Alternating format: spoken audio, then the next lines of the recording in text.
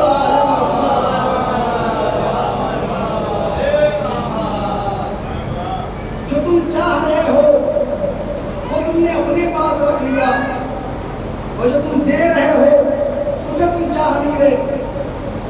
مولا علیہ السلام نے پھر سے ایک یتیم کی حمایت کی، لیکن انہی مسلمانوں نے کہ جن کے لیے مولا علی علیہ السلام اپنی پوری زندگی لگایا کرتے تھے کہ ان کی زندگی کو سنوار دوں، ان کی زندگی کو بنا دوں، ان کی زندگی میں کچھ ایسا کر دوں کہ پھر یہ گمراہ نہ ہو سکے. وہ علی کہ جو یتیموں کی پرورش کیا کرتے تھے، وہ علی کہ جو رات میں یتیموں کو کھانا پہنچایا کرتے تھے، وہ علی کہ جو لوگوں کو پانی پلایا کرتے تھے، وہ علی کہ جو بھوکوں کو کھانا کھلایا کرتے تھے، آخر انہی کی اولاد کے ساتھ کربلا کے میدان میں 3 دن کا بھوکا پیاسا شہید کر دیا گیا. جناب اللہ خدا کو کوئی نہ نہ دے. ابھی میں نے مسائل کی شروعات کی، آپ سب کی آوازیں بلند ہو گئی. میں سوچ کے کچھ اور آیا تھا، لیکن ابھی برادران نے سوچ خانی میں مدینے کے مسائل بیان کیے. میں بھی چاہتا ہوں کہ مدینے کے ان مسائل کو بیان کروں کہ جو مدینے کے لیے سب سے بڑے مسائل تھے. کل میں نے یہاں پہ چھوڑا تھا کہ امام حسین علیہ السلام نانا کی قبر سے رخصت ہوئے، بھیا کی قبر سے رخصت ہوئے، اماں کی قبر پہ آئے.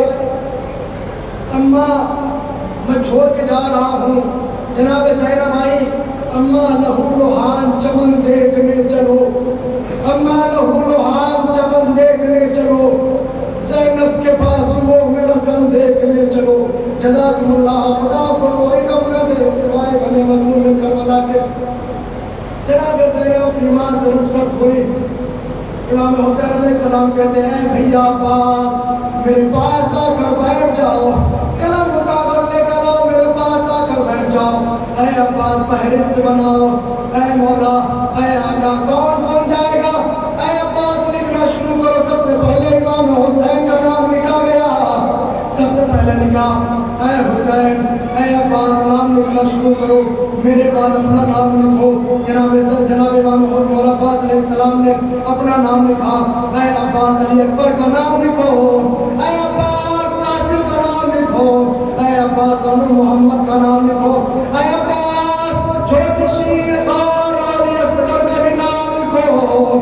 جناب اللہ خدا کو کوئی غم نہ دے. مولا عباس سب کے نام لکھتے رہے. اے عباس اپنی بہن زینب کا بھی نام لکھو. جیسے ہی زینب کا نام لو آیا، مولا عباس اپنی جگہ سے بلند ہوئے. اے مولا کیا ساتھ ساتھ بہن زینب بھی جائے گی؟ جزاکم اللہ، خدا کو کوئی غم نہ دے سوائے غم مظلوم کربلا کے. اے آقا کیا ساتھ ساتھ بہن زینب بھی جائے گی؟ ہاں بھیا عباس ساتھ میں زینب بھی ہوگی، ساتھ میں ام کلثوم بھی ہوگی، ساتھ میں رقیہ بھی ہوگی، ساتھ میں ام لیلا بھی ہوگی، ساتھ میں فروا بھی ہوگی. جناب مولا عباس نے نام لکھنا شروع کیا. ایک جگہ پہ نام لکھا، ایک جگہ پہ لکھا سے، ایک جگہ پہ لکھا یہ، ایک جگہ پہ نور، دوسری جگہ پہ بے لکھا. اے عباس جس طریقے سے تم نے زینب کا نام لکھا، اسی طریقے سے زینب کربلا سے کوفہ سے شام پھرائی جائے گی. جزاکم اللہ، خدا کو کوئی غم نہ دے سوائے یہ قافلہ تیار ہوا. قافلہ جب نکلنے لگا, میں تھوڑے سے مسائل اور پڑھنا چاہتا ہوں. میرے قافلہ نکلنے لگا. سغرا کا نام فہرست میں نہیں تھا. بڑی مصیبت کا وقت تھا جناب سغرا کے لیے. جناب سغرا کہتی ہے اے بابا مجھے کیوں نہیں لے جا رہے ہیں؟ ٹھیک ہے مجھے نہیں لے جا رہے, لیکن علی اصغر کو میرے حوالے کر دیجئے. میں علی اصغر کی پرورش کر دوں گی, میں علی اصغر کے سہارے چین لوں گی. علی اصغر کو اپنی گود میں لیا. جیسے علی اصغر نے اپنی بہن کی گود کو محسوس کیا, زور سے چمٹ گئے. ابھی چمٹے تھے, ابھی آگے سب لوگ بڑھنا شروع ہوئے. زینب آگے بڑھی, علی اصغر نے بہن کی